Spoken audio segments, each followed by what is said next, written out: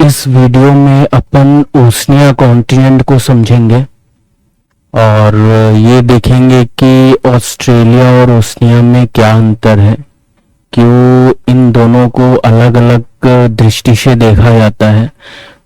क्योंकि कुछ लोग ऑस्ट्रेलिया कॉन्टिनेंट को ही जो सबसे छोटा कॉन्टिनेंट है वो मान लेते हैं, लेकिन जो वास्तव में जो हमारे कॉन्टिनेंट है उनमें सबसे छोटा जो कॉन्टिनेंट है वो ओशनिया कॉन्टिनेंट है। तो ओशनिया कॉन्टिनेंट में ऑस्ट्रेलिया के अलावा और कौन कौन से देश आते हैं इन्हें समझेंगे। इससे पहले अपन ये देख लेते हैं कि जो अपनी पिछली वीडियो थी उसमें अपन ने सबसे गर्म, सबसे ठंडा, सबसे ज्यादा वर्षा वाला, सबसे कम वर्षा वाला, सबसे ऊंचा और सबसे नीचा क्षेत्र अपन ने नहीं देखा था। तो सबसे पहले एशिया के इन सभी क्षेत्रों को अपन देख लेते हैं। तो सबसे पहले आप ये देखिए कि जब अपन ने हिमालय को चर्चा किया था जो कि यहाँ पे है, तो इसकी सबसे ऊंची चोटी एक थी माउंट एवरेस्ट जो कि नेपाल में थी। तो माउंट एवरेस्ट जो है वो केवल एशिया की ही नहीं बल्कि पूरे विश्व की सबसे ऊंची चोटी है। और अगर ये सबसे ऊंचा स्थान है तो सबसे नीचा स्थान कौन सा है? तो जब अपन ने इजराइल और फिलिस्तीन को चर्चा किया था तो वहां पे एक वेस्ट बैंक करके जगह आई थी, और वेस्ट बैंक पे ही जो अपन ने एक डेड सी को देखा था।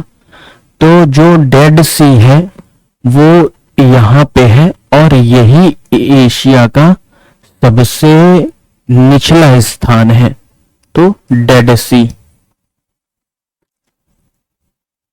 तो डेड सी सबसे निचला स्थान है और जो माउंट एवरेस्ट है वो सबसे ऊंचा स्थान है। अब सबसे गर्म और सबसे ठंडे क्षेत्र को अपन देख लेते हैं। तो जो सबसे ठंडा क्षेत्र है वो यहाँ पूर्वी रशिया में आप एक जगह देखेंगे जिसको कहते हैं वर्खोयांस।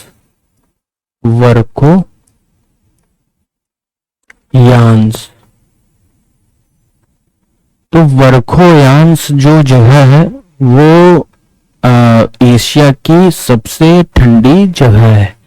तो अगर ये सबसे ठंडा क्षेत्र है तो सबसे जो गर्म क्षेत्र है वो आप यहाँ पे इजराइल में ही देखेंगे। इजराइल में एक तीरथ तिस्वी करके क्षेत्र है, तीरथ तिस्वी। तो ये क्षेत्र जो है वो एशिया का सबसे गर्म क्षेत्र है। तो सबसे ऊंचा हो गया, सबसे नीचा हो गया, सबसे ठंडा हो गया, सबसे गर्म हो गया। अब अपन देख लेते हैं सबसे ज्यादा वर्षा वाला क्षेत्र और सबसे कम वर्षा वाला क्षेत्र। तो सबसे ज्यादा वर्षा वाला क्षेत्र आप इंडिया में यहाँ पे एक देखेंगे, मौसिन राम करके एक जगह है, मौसिन राम। ये एशिया का सबसे वर्षा वाला क्षेत्र है। तो अगर ये एशिया का सबसे ज्यादा वर्षा वाला क्षेत्र है तो सबसे कम वर्षा वाला क्षेत्र आप यमन में एक जगह देखेंगे जिसका नाम है अडेन। तो जो अडेन है वो एशिया का सबसे कम वर्षा वाला क्षेत्र है। तो अपन ने देख लिया सबसे ऊंचा, सबसे नीचा, सबसे ठंडा, सबसे गर्म, सबसे ज्यादा वर्षा वाला क्षेत्र और सबसे कम वर्षा वाला क्षेत्र। अब अपन ओशनिया कॉन्टिनेंट को शुरू करते हैं और सबसे पहले ये समझते हैं कि कुछ लोग जो ऑस्ट्रेलिया को एक सबसे अंतिम कॉन्टिनेंट मानते हैं वो क्यों मानते हैं, और कुछ लोग ओशनिया को सबसे अंतिम कॉन्टिनेंट मानते हैं वो ओशनिया को जो मानते हैं। तो ओशनिया क्या है? तो विश्व में आप देखेंगे कि यहाँ पे ऑस्ट्रेलिया सहित, न्यूजीलैंड सहित, और जो ये आपके छोटे छोटे द्वीप हैं पैसिफिक ओशियन में यानी प्रशांत महासागर में, जब ऑस्ट्रेलिया, न्यूजीलैंड और जो प्रशांत महासागर के छोटे छोटे द्वीप हैं, जब इनको मिलाया जाता है तो इस कॉन्टिनेंट का नाम होता है ओशनिया कॉन्टिनेंट। और अगर आप केवल ऑस्ट्रेलिया की बात करेंगे तो ये जो आप देख रहे हैं येलो कलर से जो रीजन है, ये केवल ऑस्ट्रेलिया है। ये जो जगह आप देख रहे हैं ये न्यूजीलैंड है। और यहाँ पे कई छोटे छोटे द्वीप हैं, जिसमें मार्शल द्वीप है, सोलोमन द्वीप है, मिलानोनेशिया है, माइक्रोनेशिया है। ये सभी चीजें जब आपस में मिल जाती हैं तो एक बड़े कॉन्टिनेंट का निर्माण होता है, जिसे हम ओशनिया कॉन्टिनेंट कहते हैं। तो अपनी हर पिछली वीडियो की तरह अपन देख लेते हैं कि ओशनिया कॉन्टिनेंट जो है उसके कोस्टल रीजन को सबसे पहले देखते हैं, फिर जो देश है उनकी राजधानी को देखेंगे और फिर उनके फिजिकल ज्योग्राफी पर अंदर इंटर करेंगे। इससे पहले अपन ये देख लेते हैं कि अभी तक की वीडियो में अपन ने क्या जाना, क्या समझा। तो सबसे पहले अपन ने पेंजिया को समझा, उस पेंजिया के विघटन को समझा, और विघटन के पश्चात जो हमारे महाद्वीपों का निर्माण हुआ उसे समझे अपन। फिर अपन ने पेंथालसा को समझा, पेंथालसा से जितने महासागरों का निर्माण हुआ उसे अपन ने समझा। उसके बाद अपन ने अक्षांश और देशांतर रेखाओं के बारे में समझा। फिर अपन ने इंटरनेशनल डेट लाइन और ग्रीनविच मेरिडियन को समझा। फिर अपन ने पोल्स को समझा कि पोल्स क्या होते हैं, कितने प्रकार के होते हैं। फिर अपन ने नॉर्थ अमेरिका को समझा, साउथ अमेरिका को समझा, अफ्रीका को समझा, यूरोप को समझा, एशिया को समझा। और अब अपन शुरू करने जा रहे हैं ओशनिया कॉन्टिनेंट। और ओशनिया कॉन्टिनेंट में भी सबसे पहले अपन ऑस्ट्रेलिया को देखेंगे। तो ये अपना ऑस्ट्रेलिया है, और अपनी पिछली वीडियो की तरह ही सबसे पहले अपन ऑस्ट्रेलिया के कोस्टल रीजन को देखेंगे। और कोस्टल रीजन को देखने के बाद ऑस्ट्रेलिया जो देश है उसके अंदर की खास बातों को समझेंगे कि कहाँ कौन सा पर्वत पठार मैदान है, कौन सी नदी है, कौन सा शहर है, किस बात के लिए खास है। तो सबसे पहले आप यहाँ पे देखिए कि ये तो ऑस्ट्रेलिया है, ये यहाँ पे न्यूजीलैंड है, और यहाँ पर ये जो पैसिफिक आइसलैंड है ये हैं, जिनमें कई प्रकार के आइसलैंड है जैसा कि अपन ने चर्चा किया। तो सबसे पहले अपन ऑस्ट्रेलिया से शुरुआत करते हैं। तो ऑस्ट्रेलिया में यहाँ पर आप देख रहे होंगे कि एक सी है जिसको कहते हैं तास्मान सी। यहाँ पे तास्मान सी अवस्थित है। उसके बाद आप यहाँ पे जो छोटा सा आइसलैंड देख रहे हैं इसको तस्मानिया आइसलैंड कहते हैं। Tasmania island. और जो तस्मानिया आइसलैंड है वो ऑस्ट्रेलिया का ही भाग है, और ये ऑस्ट्रेलिया का मेन लैंड हो गया यानी कि मुख्य भूमि, और ये इसका ही भाग है जो तस्मानिया है। तस्मानिया और ऑस्ट्रेलिया मेन भूमि के बीच में आप यहाँ पर एक स्ट्रेट देख रहे होंगे जिसको कहते हैं बास स्ट्रेट। बास स्ट्रेट यानी बास जल संधि। तो बास क्योंकि ये जल संधि है तो ये ऑस्ट्रेलिया की मुख्य भूमि को यानी कि इसे तस्मानिया से अलग करता है, जबकि ग्रेट ऑस्ट्रेलियन बाइट यहाँ पे आप देखेंगे तो यहाँ पे ग्रेट ऑस्ट्रेलियन बाइट है और यहाँ पर तस्मान सी है, इसे दोनों को जोड़ता है।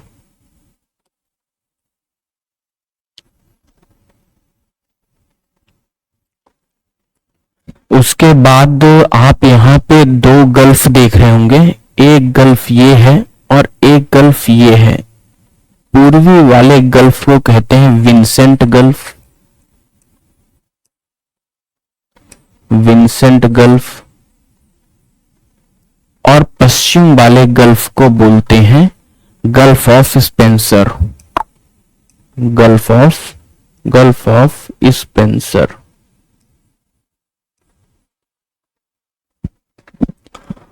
और इसके बाद आप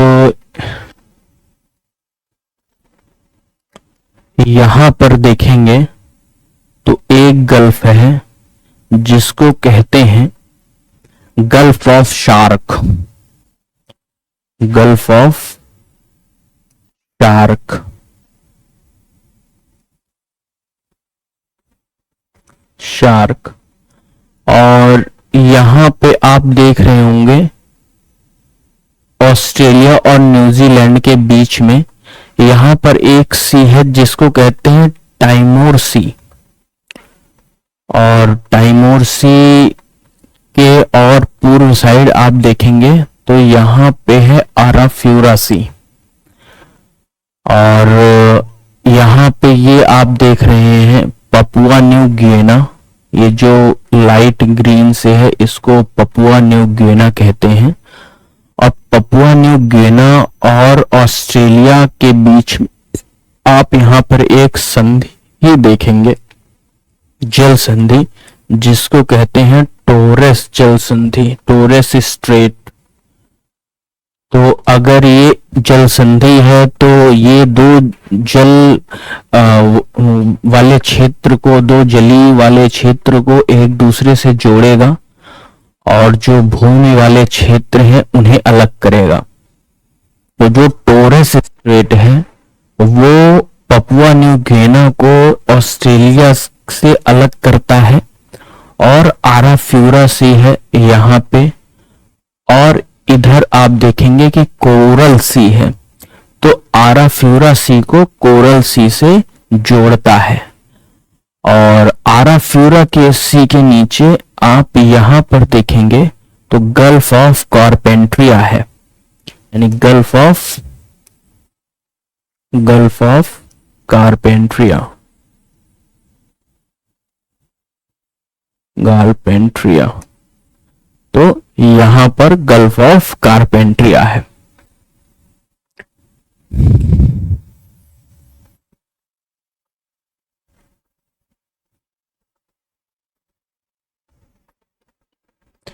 अब आप यहां पे देखेंगे तो यहां पर एक प्रवाल भित्ति है, यहां पर एक प्रवाल भित्ति का विस्तार है जिसको कहते हैं great barrier reef, great barrier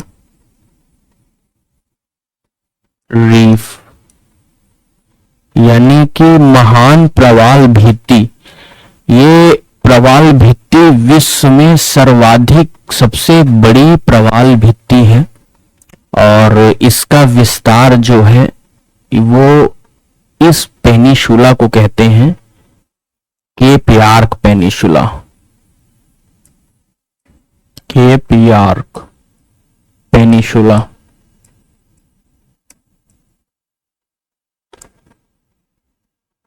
तो इस प्रवाल भित्ति का जो विस्तार है वो केप यार्क पेनिशुला से लेके यहां पे आप देख रहे होंगे, ये जो लाइन है इसको कहते हैं ट्रॉपिक ऑफ कैप्रिकॉर्न, यानी मकर रेखा। तो मकर रेखा जो है वो ऑस्ट्रेलिया को लगभग बीचों बीच से विभाजित करती है। तो ग्रेट बैरियर का विस्तार केप यार्क पेनिशुला से लेके मकर रेखा तक समुद्र के किनारे अवस्थित है।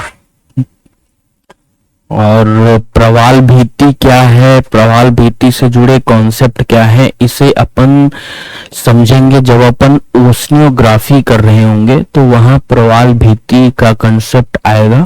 तो वहां पे अपन समझेंगे कि प्रवाल भित्ति क्या होती है, कैसे बनती है, और वर्तमान समय में अगर प्रवाल भित्ति का क्षरण हो रहा है तो क्यों हो रहा है, उसके पीछे क्या क्या वजह है।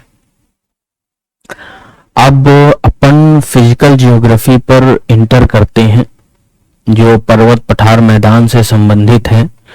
तो सबसे पहले आप यहां पर एक रेंज देखेंगे, इसको कहते हैं great dividing range. Great dividing range, और ग्रेट डिवाइडिंग रेंज को ईस्टर्न रेंज के नाम से भी, ईस्टर्न रेंज के नाम से भी जाना जाता है, यानी पूर्वी पर्वत श्रृंखला, पूर्वी क्षेत्र के नाम से भी इसको जाना जाता है। तो ग्रेट डिवाइडिंग रेंज जो है, आप यहां पे देख रहे होंगे कि यहां पर जो सागरीय क्षेत्र अवस्थित है, तो कुछ जियोग्राफर का ये कहना है कि ये जो ग्रेट डिवाइडिंग रेंज है, इससे संबंधित स्थलाकृति संरचना और संगठन का विस्तार तस्मानिया आइसलैंड तक भी हुआ है। यानी जो ग्रेट डिवाइडिंग रेंज है वो समुद्र के नीचे जो जलीय क्षेत्र है वहां पर ग्रेट डिवाइडिंग रेंज से संबंधित संरचना एवं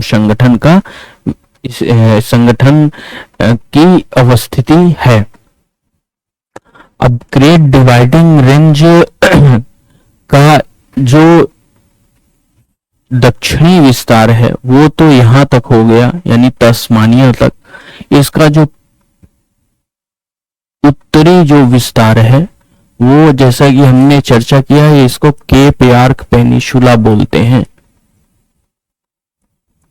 तो ग्रेट डिवाइडिंग रेंज का जो विस्तार हो गया वो केप यार्क पेनिनसुला से लेके तस्मानिया तक है, और इसको ईस्टर्न रेंज भी बोलते हैं। ये ऑस्ट्रेलिया की बहुत ही महत्वपूर्ण पर्वत श्रृंखला है, और यहां पर आप देख रहे होंगे कि एक छोटा सा माउंटेन है जिसको कहते हैं ऑस्ट्रेलियन अल्प्स। ऑस्ट्रेलियन अल्प्स, और ऑस्ट्रेलियन अल्प्स की ही एक चोटी है यहां पर जिसको कहते हैं माउंट कोस्किस्को, और ये ऑस्ट्रेलिया की सबसे ऊंची चोटी है। और ऑस्ट्रेलियन अल्प्स का एक और नाम है जिसको कहते हैं स्नोनी mountain. स्नोनी mountain.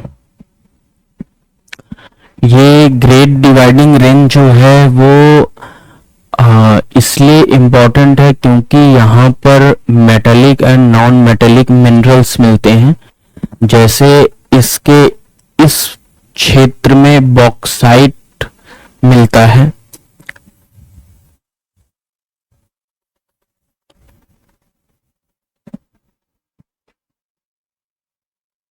Great dividing range के इस क्षेत्र में आप देखेंगे कि आपको बॉक्साइट के रिजर्व मिलते हैं।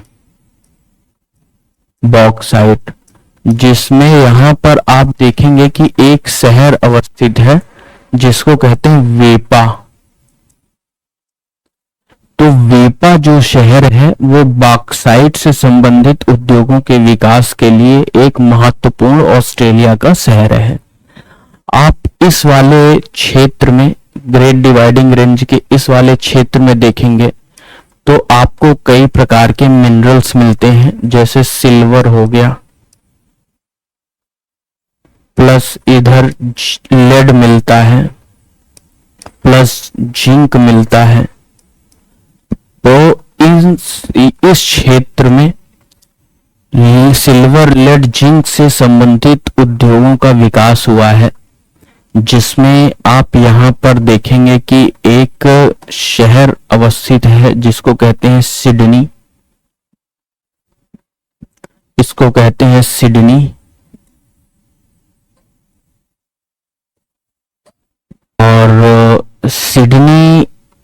जो उद्योगों का विकास हुआ है वो सिल्वर, लेड और जिंक के कारण ही हुआ है। इन्हीं से संबंधित उद्योगों का विकास हुआ है। और सिडनी की एक और खास बात है कि ये ऑस्ट्रेलिया की ओल्ड सिटी है, यानी प्राचीन शहर है। इसके बाद आप देखेंगे कि यहाँ पर ब्रिस्बेन है जो समुद्री किनारे पर अवस्थित है। और ब्रिस्बेन जो है वो ऑस्ट्रेलिया का एक महत्वपूर्ण बंदरगाह शहर भी है। और यहाँ जो उद्योगों का विकास हुआ है वो इन्हीं मिनरल से संबंधित हुआ है। और ये एक ऑस्ट्रेलिया का महत्वपूर्ण औद्योगिक शहर है। इसके बाद आप तस्मानिया में यहाँ पे देखेंगे होबार्ट है।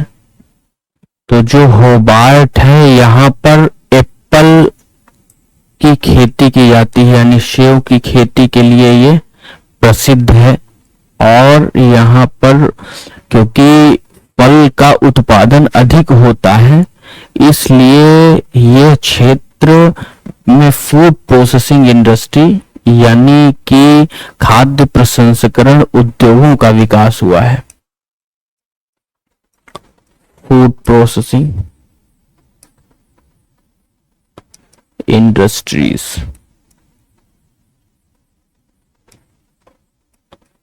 का विकास हुआ है। उसके बाद जैसे कि ये अपना ग्रेट डिवाइडिंग रेंज हो गया, तो इस क्षेत्र को कहते हैं सेंट्रल लोलैंड। सेंट्रल लोलैंड मतलब कि केंद्रीय निम्न भूमि।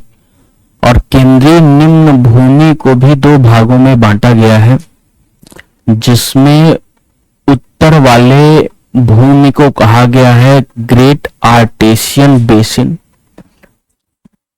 Great artesian basin. और जो दक्षिणी निम्न भूमि है इसको कहा गया है मर्रे डार्लिंग बेसिन। मर्रे डार्लिंग बेसिन। तो ये याद रखिएगा कि जो मर्रे डार्लिंग बेसिन है उसका निर्माण ग्रेट डिवाइडिंग रेंज से निकलने वाली नदियों के कारण होता है। और ये जो बेसिन क्षेत्र है, यानी कि ये जो मर्रे डार्लिंग बेसिन क्षेत्र है, ये ऑस्ट्रेलिया का सबसे बड़ा बेसिन क्षेत्र है।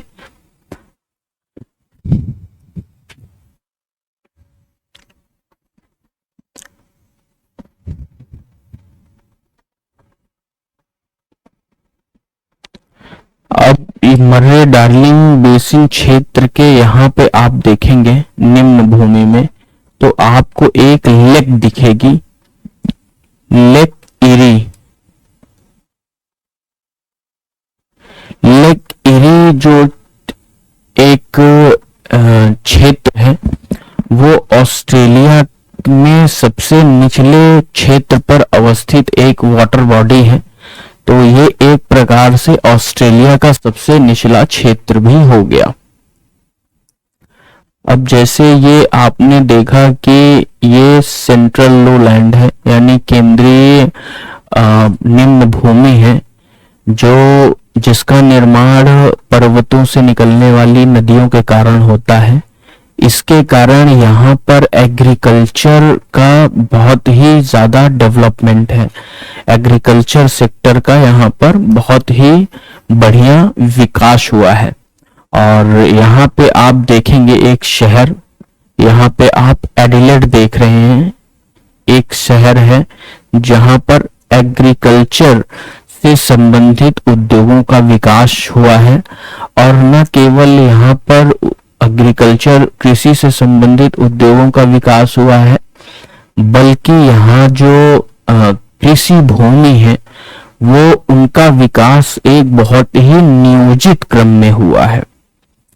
तो आप याद रखिएगा कि कृषि के दृष्टि से एडिलेड जो है वो ऑस्ट्रेलिया का एक महत्वपूर्ण शहर है। उसके बाद आप यहां पर 3 डिजर्ट देखेंगे, जिसमें इस डिजर्ट को कहते हैं तनामी डिजर्ट। तनामी डिजर्ट, इस डिजर्ट को कहते हैं सिम्पसन डिजर्ट। सिम्पसन डिजर्ट यानी सिम्पसन मरुस्थलीय भूमि, और इसको कहते हैं स्टुअर्ट डिजर्ट यानी स्टुअर्ट मरुस्थल।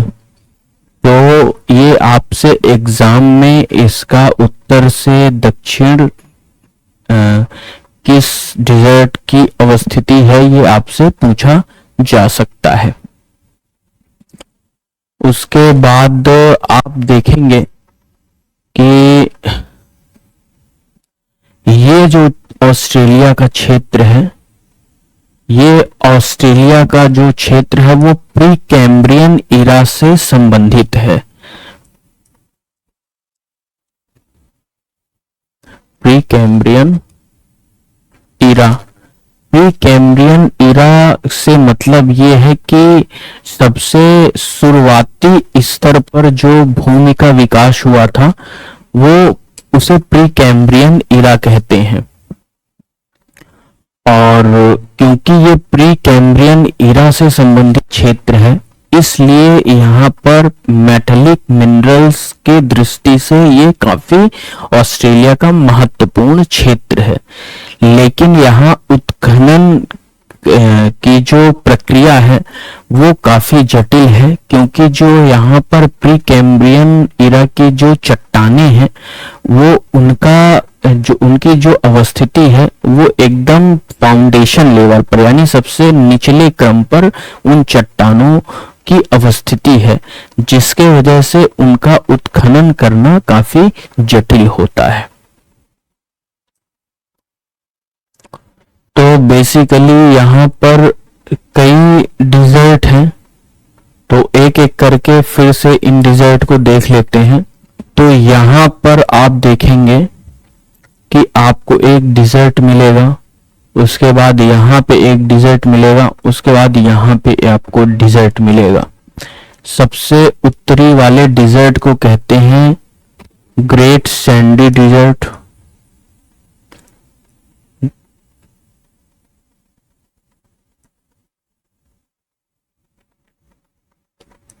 यानी कि महान सैंडी मरुस्थल। दूसरे को कहते हैं गिब्सन डिजर्ट।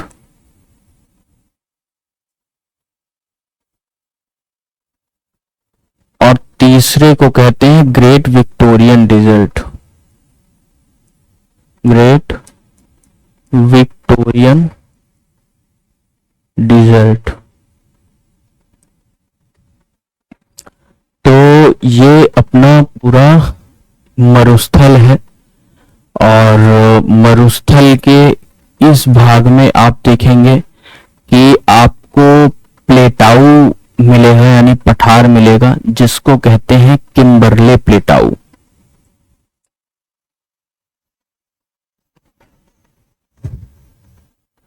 यहां पर आप देखेंगे कि किम्बरले प्लेटाऊ है।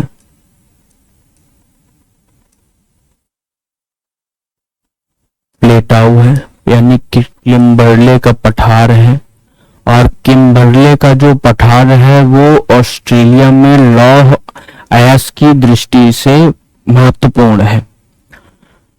के बाद आप यहां पर देखेंगे तो एक दूसरी रेंज है डार्लिंग रेंज। डार्लिंग रेंज, और डार्लिंग रेंज भी जो है वो लौह अयस्क के भंडार की दृष्टि से ऑस्ट्रेलिया का एक महत्वपूर्ण क्षेत्र है।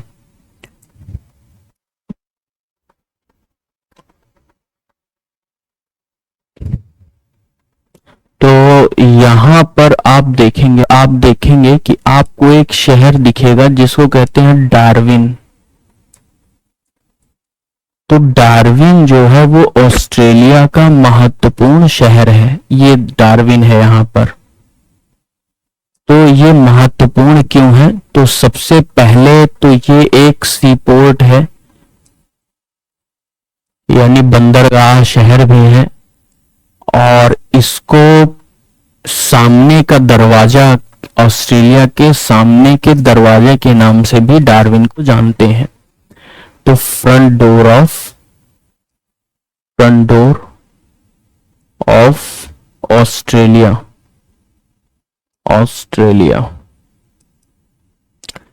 तीसरा ये है कि यहाँ पे आयरन ओर यानी लौह अयस्क के भंडार की दृष्टि से ये ऑस्ट्रेलिया का काफी महत्वपूर्ण शहर है। तो इस वीडियो में इतना ही है, और अपन नेक्स्ट वीडियो में इससे आगे के डिस्कशन को देखेंगे।